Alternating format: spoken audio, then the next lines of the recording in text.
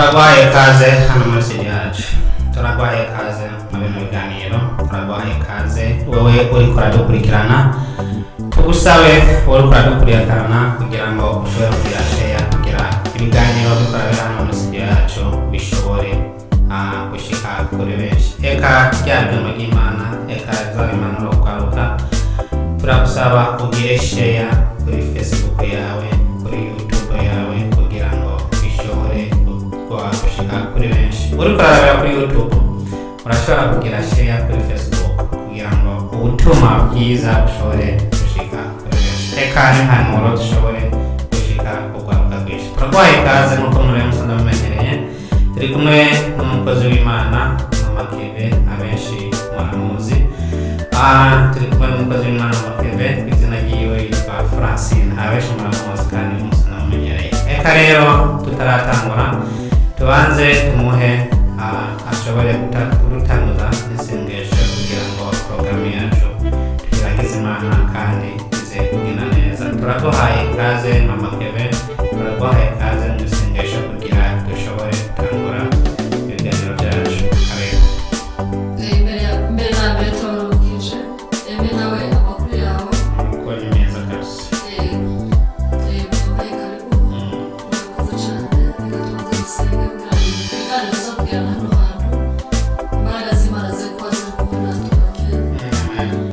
Dushobora byose mwabijuru isi turongeye turarengutse imbere yawe Mana, turakwiragije kuri Imana ikomeye kugira ngo ubane natwe.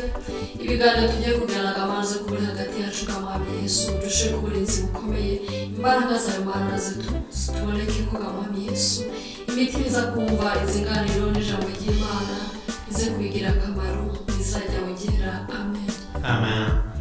Turaguhaye kaze wari kuradukurikirana kuri Mikoni Kwizera Amen.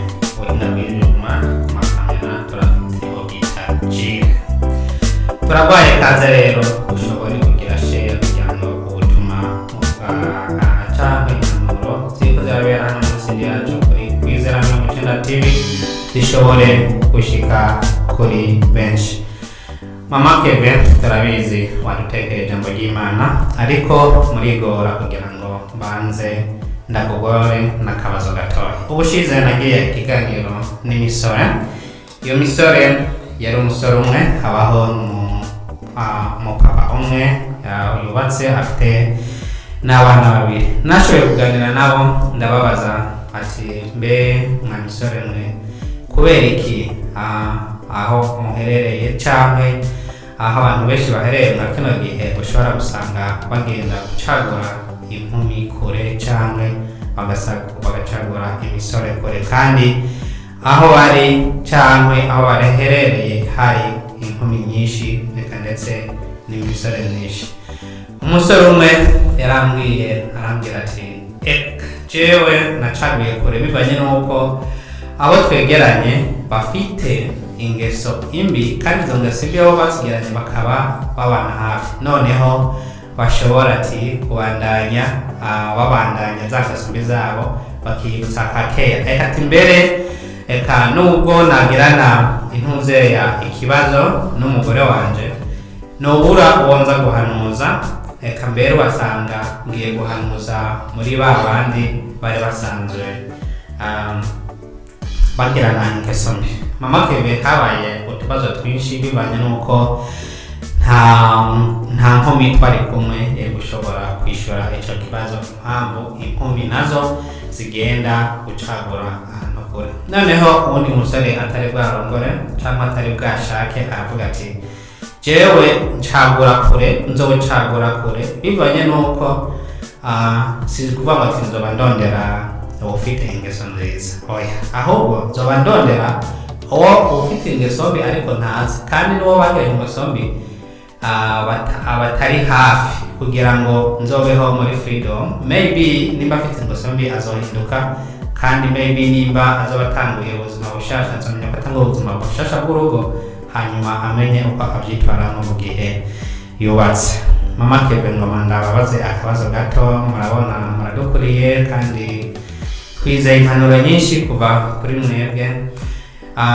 Akabazo kanje naho kuvuga ati nakahe kabazo cyane utubazo dukunze gushikira abigeme nturi umwigeme runwa kandi ariko turazoraze byinshi kuko arabikoreye n'akahe kabazo gakunze gushikira abigeme kagatuma baza gucagura kure cyane bakagenda kubakana n'abantu bakure kandi aho ngaho hariho kwaruka bakoranye kandi hariho n'imisore bakoranye. Mama Kevin, icyo kibazo mubona yuko cyoba biva kuki cyane mubona yuko akagorane arakaye kareba?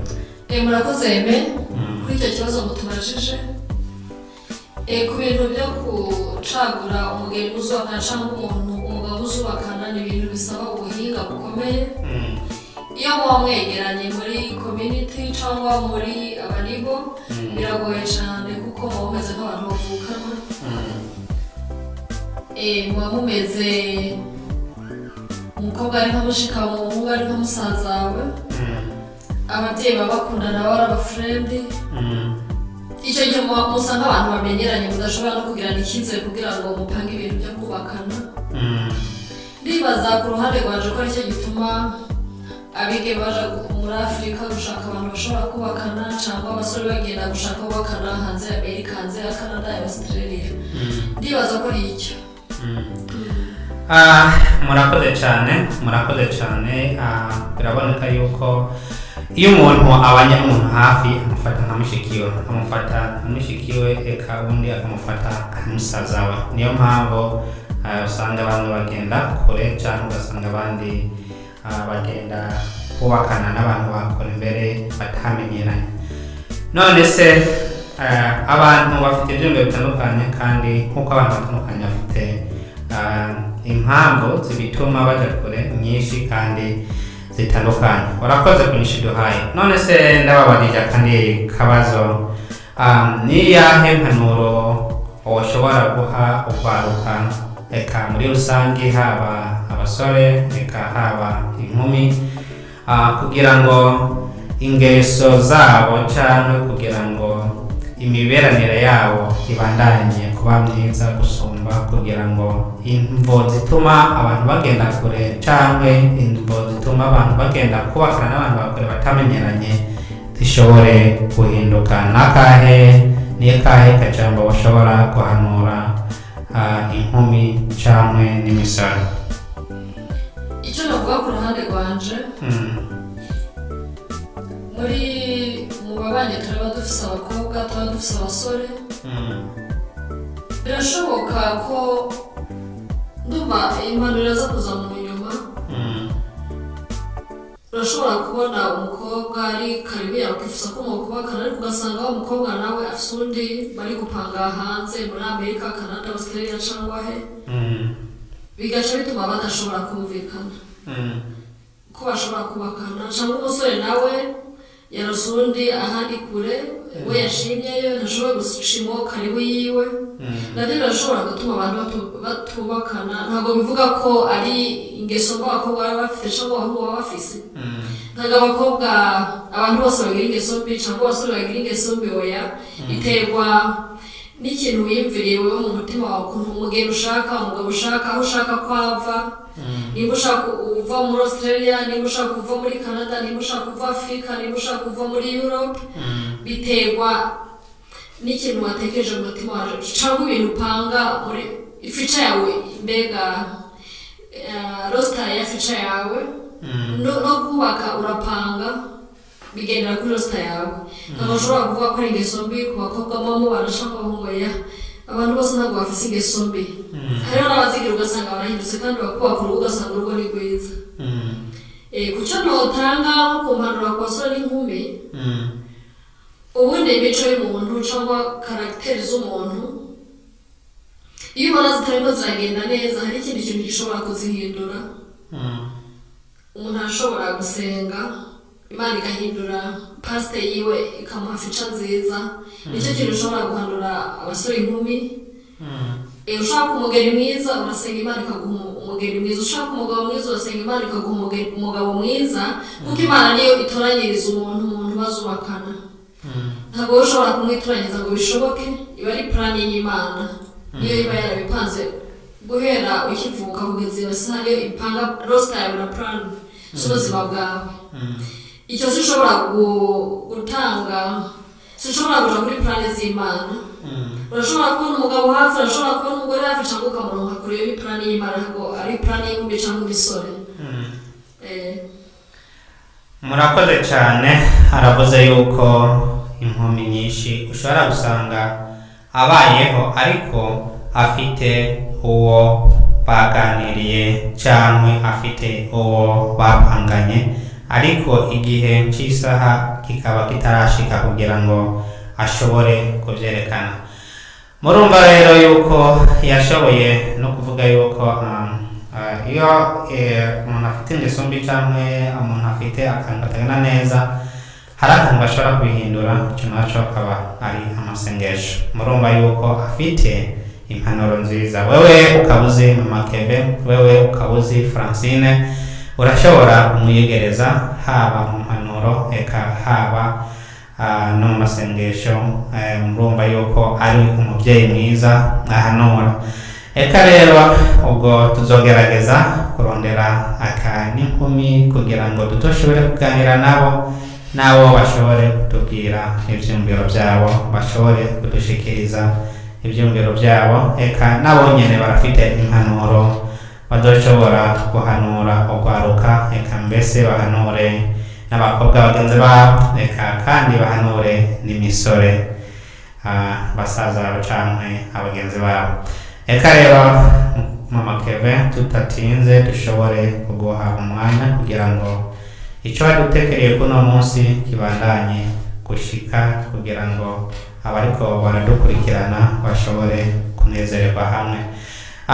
Tugusabe wewe uriko uradukurikirana ugire share haba kuri Facebook cyangwa kuri YouTube, ugire share na subscribe kugira ngo ibiganiro bizoza bibera hano kuri Kwizera 90 TV bizoshobore kugushikira bitagoranye.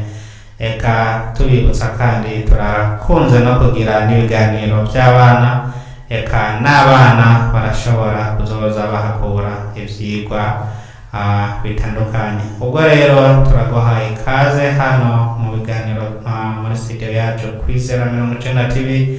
Bandanya kuba natwe mu gihe Mama Keve ariko aradushikiriza ico yadutekereye. Mama Keve, turaguhaye karibu n'umwanya wawe ganira n'abari baradukurikirana. Murakoze. Nagushimiye cyane ko muhaye umwanya. Buri mwanya ntituza gusangira ibintu by'urwaruka. Hari n'ibindi twateguye ijambo ry'Imana kugira ngo ridufashe mu mitima yacu, ryongere ridufashe muri ibi bihe turimo. Tugeze mu bihe byo gushaka Imana cyane, tukiyegereza Imana, tukagana ku muvyeyi wacu yaturemye, kugira ngo ibihe biri imbere cyangwa muri iyi minsi turimo cyangwa kuri uyu munsi turiko, Imana idusheho protection, kuko niyo ituma duhema, igatuma tugenda tuvyuka. Itadusheho protection ntabwo bishoboka. Ubwo rero muri aka kanya reka dusenge gatoya kugira ngo tubashikirize iryo jambo ry'Imana.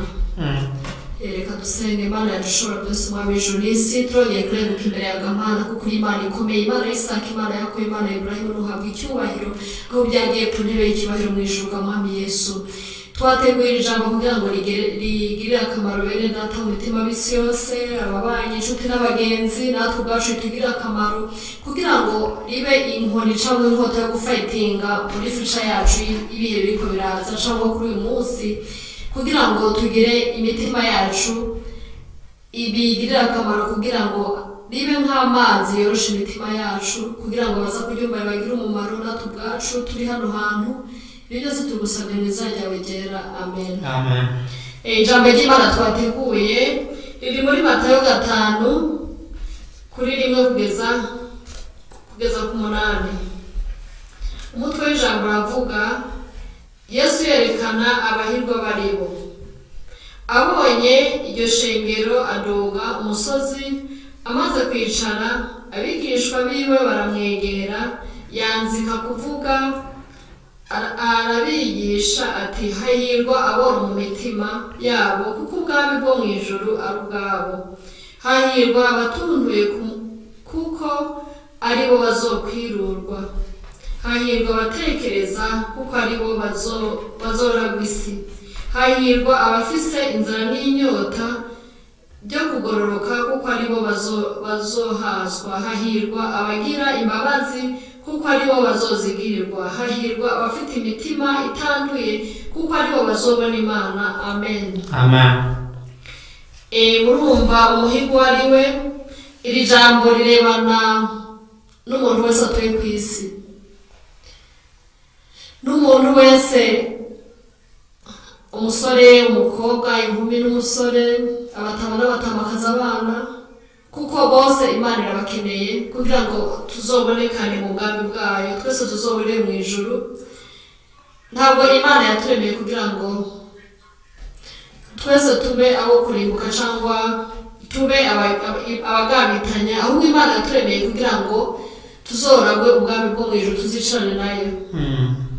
Igihe rero dusa nk'abavuye kuri yo, igihe tuba turiko turagenda mu nzira zitari zo cyangwa zitagororokeye Uhoraho, ni byiza ko dushobora kugaruka ku Mana, kuko iyo tutagarutse ku Mana nta protection dushobora kugira. Kuko Imana niyo muvyeyi wacu yaturemye, kuko Imana niyo byose, niyo ituma duhema, niyo ituma tuvyuka, niyo ituma ibintu byose dutunze muri isi niyo ibiduha. Ubwo rero Yesu hano yarabwiye abigishwa biwe umuhigo ari we. Ni byiza cyane ko tugira umutima ushaka Imana cyane. Ni byiza cyane ko mu babanyi bacu abagize ikibazo tukababangurukanya, ntitwite oya, ahubwo twite gufasha bagenzi bacu, si ukubabangurukanya gusa, no kugira umutima w'urukundo kugira ngo dukundane ababanyi, abantu bose hirya no hino. Nitwakora ibintu bisa bityo nk'uko yabivuze hano, umuhigo ari we, tuzobona ubwami bwo mu ijuru. Ni byiza cyane ko tugatuntura duhiga Imana aho gutuntura duhiga ibibi, cyangwa tukagira imbabazi bagenzi bacu badukoshereje. Yesu muri be yaravuze ati, umuntu baramubajije ati, mbega umuntu yagirira mugenzi we imbabazi inshuro zingahe? 77 no kurenza. Si kuvuga ngo yagukoshereje cyangwa ari ibindi, umuntu akakwicira umuntu akavuga ntabwo nzomubabarira. Nutamubabarira ntuzobona ubwami bwo mu ijuru, kuko utababariye mugenzi wawe nawe Yesu ntabwo azokubabarira kugira ngo uje mu ijuru. Ni byiza ko dufayitinga tukoresha imitima yacu kugira ngo tubabarire bagenzi bacu, kugira ngo natwe tuzobona ubwami bwo mu ijuru. Ni byiza cyane guhora tugira umutima ushaka Imana. Turazi ko muri iyi si turi mu bintu bikomeye cyane, turi mu bukene, turi mu bugwayi, turi mu bumuga, turi mu bugwayi.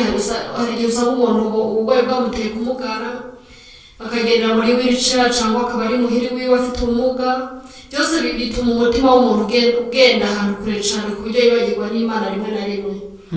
Ariko igihe tuzaba turi muri izo ntambara mu bihugu iwacu, ubuhunzi, ubukene, ubupfakazi, ubupfuvyi, igihe tuzaba turi mu kubura abacu, mu kugwaza abantu. Iki gihe abantu baragwaye cyane, bamwe bari muri koma, abandi bari mu bitaro budasohoka, cyangwa ufite umurwayi amaze ibihe birebire mu bitaro.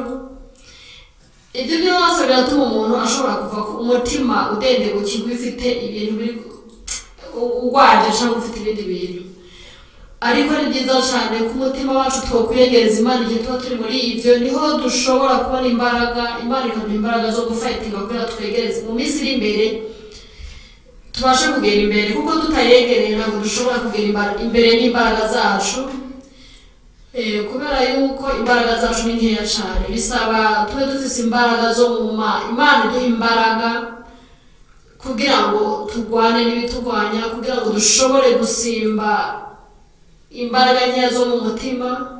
Iyo umuntu ari mu bigeragezo ntashobora gusenga, ni gakeya cyane, umutima ugira imbaraga zike. Ariko yasenze Imana irongera ikaguha izindi mbaraga, umutima ukuzura, ukagira kurema, ukagira imbaraga. Ni byiza cyane ko twakwiyegeza Imana igihe turi mu bintu by'ibigeragezo, cyangwa mu bihe byo kubura abacu, cyangwa mu bigeragezo byose ducamo. Tutiyegeje Imana ntidushobora gutambuka, tutiyegeje Imana umutima ucika intege vuba utabonye ikintu gishobora kugusubizamo imbaraga. Yego ni byiza cyane ko twokomeza duhanze amaso mu ijuru tugasenga tugasoma ijambo ry'Imana kugira ngo tuzoba abahigwa tuzoragwa ijuru. Ni byiza cyane rwose kugira ngo tugire imbabazi bagenzi bacu, wakwiciye umuntu, wakwibye, wagukubise, wakugiriye nabi. Akenshi cyane abantu usanga umuntu yakuvuze ibitari byo cyangwa ibiri byo cyangwa yakubesheye cyangwa yakuvuze ayandi magambo atari meza ukumva bikugezeho umutima wawe urababaye cyane ku buryo utashobora kumugirira imbabazi. Ni byiza cyane ko urwana kugira ngo umuhe imbabazi kugira ngo uzoragwe ubwami bwo mu ijuru, ukamusanga ukamusaba imbabazi nubwo atozi guhari kuba waje kumusaba imbabazi. Ni byiza cyane ko twosaba imbabazi tukagira urukundo mu mitima yacu kugira ngo duharire bagenzi bacu batugiriye nabi, kugira ngo tubane neza na bagenzi bacu, tutagira ibintu biri mu mitima yacu bituma tutagira communication n'Imana. Igihe tutahaye imbabazi bagenzi bacu ntabwo dushobora kugira communication n'Imana, kuko Imana ikeneye umutima wejejwe, ikeneye umutima uri mu imbaraga zayo, Imana ikeneye umutima uhora ushaka Imana, uhora wejejwe, uhora ufite ishaka ryo guhiga Imana no gukunda Imana no gushaka Imana, udahagarara umunsi ku munsi. Tuzobishaka gute rero? Tuzobishaka dusenga, dusoma Bibiliya, dusaba inkomezi mu ijuru, turirimba. Ibyo byose bigarura inkomezi mu mutima kandi bikagarura ubwiza bw'Imana ku buzima bwacu. Ni byiza cyane ko twifuriza bene data twese kuko tuzoba abahigwe tukazobona ubwami bwo mu ijuru. Kandi akongera akavuga ngo hahirwa abatekereza. Gutekereza ni uguca bugufi, kwicisha bugufi,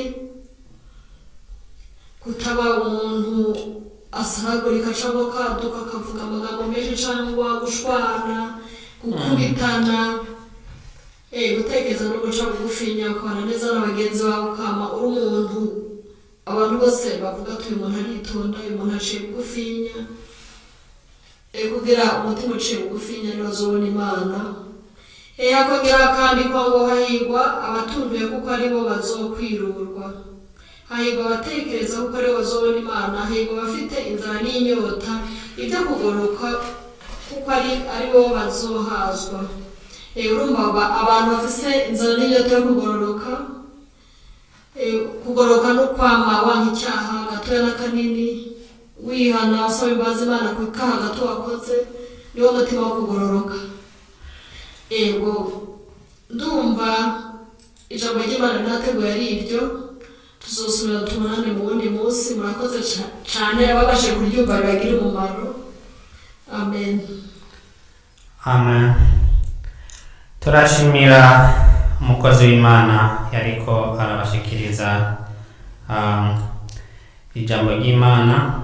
Turashimira Mama Keve yariko arabashikiriza ijambo ry'Imana. Ijambo ry'Imana ntabwo ryigera riba rito.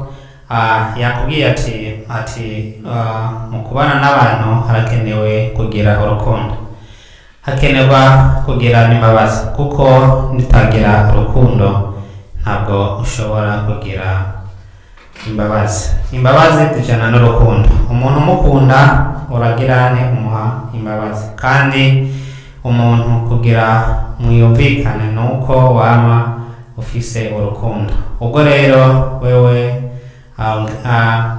aho ubaye hose umenye yuko urukundo n'imbabazi byama biza imbere. Eka yavuze ati urukundo n'imbabazi ushobora kubirondera mu gusenga, mu gusenga eka no kuganira n'Imana, niho urukundo n'imbabazi bishobora kuva.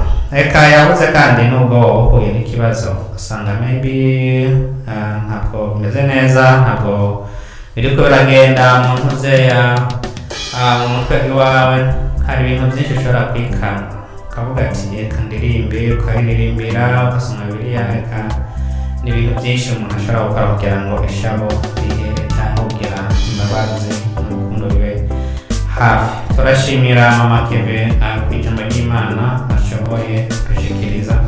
Eka wewe washoboye kuryumva, tugusabe twikigumize kuri wewe nyene ushobore kugira share kugira ngo rishobore gushika kuri benshi. Gira share haba wewe uracyumviriza kuri YouTube canke wewe uracyumviriza kuri Facebook Live, ushobora kugira share kugira Imana ashobore gushika kuri benshi. Turagusaba ubandanye kuguma ngaho dukurikirana hano muri studio. Umwanya turaza kuba dufise ubundi mukozi w'Imana turaza kuba ariko arabashikiriza impanuro zo gwaruka. Eka mbere n'ijambo ry'Imana ubandanye kudukurikira, mubandanye kuba hafi kandi mubandanye no kugira share kugira ngo muri kurabera hano kuri Kwizera 90 TV bishobore gushika kuri benshi. Eka tutararangiza mama Keve atarahaguruka, tumusabe ashobore nkuko yatanguye n'ishengesho ashobore kurangiza n'ishengesho. Mama Keve turaguhaye ikaze ushobore kuturangiza kino kiganiro n'isengesho. Murakoze. Murakoze cyane mbe kuri mwanya muduhaye kugira ngo turangize n'isengesho. Reka dusenge kugira ngo ababashe kumva ijambo ry'Imana ribagire umumaro kandi rigire uwo rihindura ari mu muvana ahandi rimujana ahandi. Amen. Mana dushobora twese mu ijuru n'isi, twongeye kugushimira Mwami Yesu w'amanya wari waduhaye Mwami Yesu ko tubashije kurangiza amahoro Mana. Wakoze kuduhagarikira, wakoze kubana natwe kandi Mwami Yesu turashimiye. Turasengeye abantu bose baza kuryumviriza kugira rize kubagirira umumaro, natwe ubwacu ritugirire umumaro. Reka si twebwe gusa n'abandi bantu ku isi yose uza kuryumviriza Mwami Yesu rize kumuhindura rimugire umumaro kandi Mwami Yesu ritere rihindura abantu bahoranye kuri iyi si, kuko abantu benshi kuri iyi si usanga turiko turakuva ko Mana tugendera mu bindi, tutibuka ukuntu ukora, tutibuka ko ari wowe waturemye, tutibuka ko ari wowe ufise ubuzima bwacu mu biganza byawe Mwami Yesu. Turagusaba rero abantu babaremye nibaza kuryumva ribafashe, ribagire aho ribavana, bongere bakugaruke ko mu izina ryawe ryera. Amen.